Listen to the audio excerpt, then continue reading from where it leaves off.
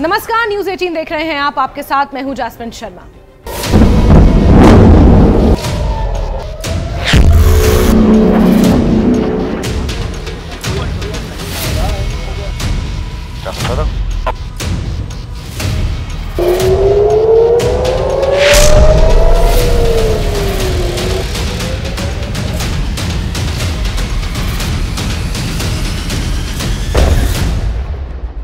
Israel और Iran के बीच युद्ध लगातार जारी है और इस युद्ध से ऐसी ऐसी खबरें सामने निकल कर आ रही हैं जिन्हें सुनकर आप चौंक जाएंगे। जी हां, इजरायल और ईरान के बीच युद्ध चरम पर पहुंच चुका है।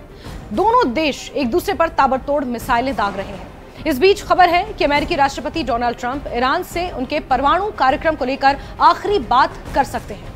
अगर वो नहीं माने तो इजरायल को एक ऐसा हथियार देंगे जिससे ईरान के सुप्रीम लीडर अयातुल्लाह अली खamenei को खत्म किया जा सकेगा।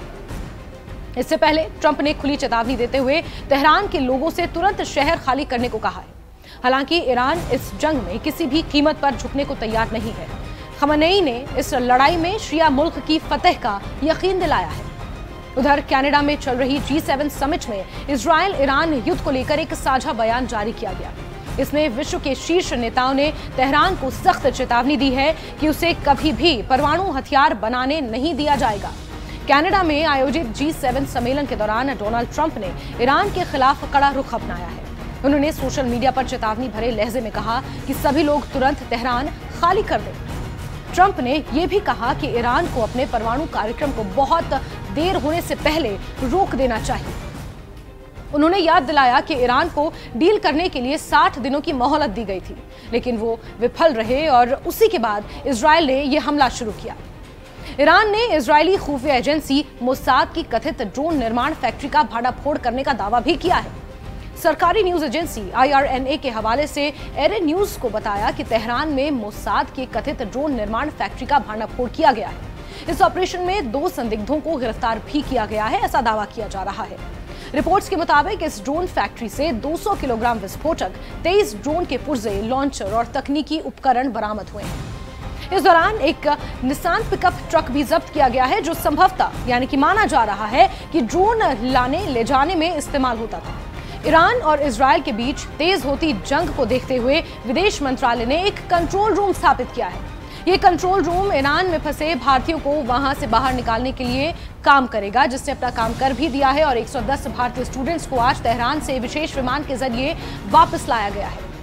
इजरायली प्रधानमंत्री बेंजामिन नेतन्याहू ने साफ कर दिया है कि ईरानी सुप्रीम लीडर की मौत के बाद ही इजरायल ईरान युद्ध का अंत होगा। उधर अयातुल्लाह अली खamenei ने भी बयान जारी किया है। उन्होंने सोशल मीडिया प्लेटफॉर्म X पर पोस्ट किया कि अल्लाह की मदद में जल्द ही जीत मिलेगी। इस्लामी गणराज्य अल्लाह की इजाजत से ज़ोनिस्ट शासन पर विजय प्राप्त करेगा। ईरान की राजधानी तेहरान सुबह सुबह धमाकों की आवाज से एक बार फिर दहल उठी। ईरानी मीडिया ने बताया कि यहां शहर के पूर्वी और पश्चिमी इलाके में धमाके सुने गए हैं। हालांकि उसमें नुकसान की जानकारी दी गई है।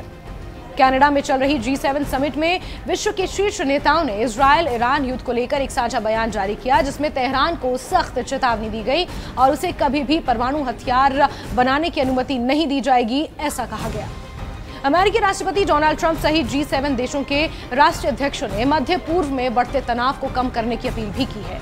साथ ही इजरायल के आत्मरक्षा के अधिकार का समर्थन किया है। ये बयान ऐसे समय में आया है जब इजरायल और ईरान के बीच युद्ध 5वें दिन भी जारी है।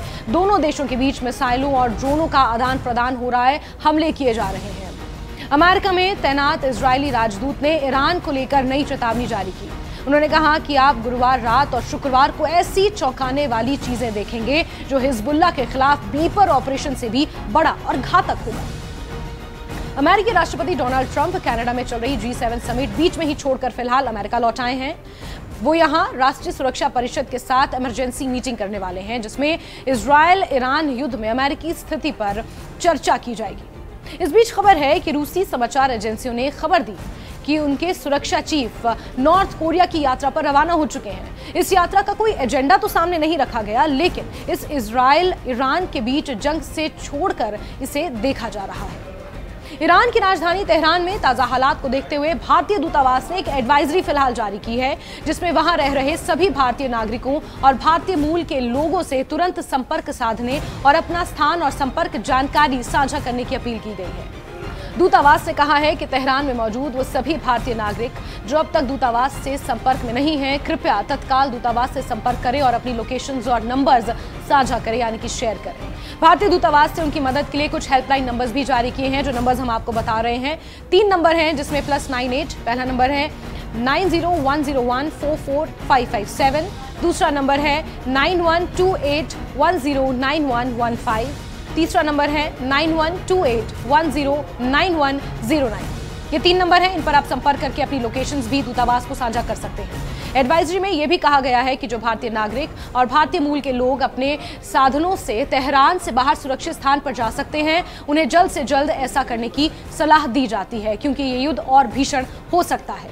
इजराइल और ईरान के बीच अब ये चरम पर पहुंचा युद्ध किस ओर जाएगा, सभी की निगाहें इस पर टिकी हैं। दोनों देश एक दूसरे पर ताबड़तोड़ मिसाइलें दाग रहे हैं और इस बीच अमेरिकी राष्ट्रपति डोनाल्ड ट्रंप G7 की बैठक खत्म कर इमरजेंसी मीटिंग के लिए वापस अमेरिका जा चुके हैं।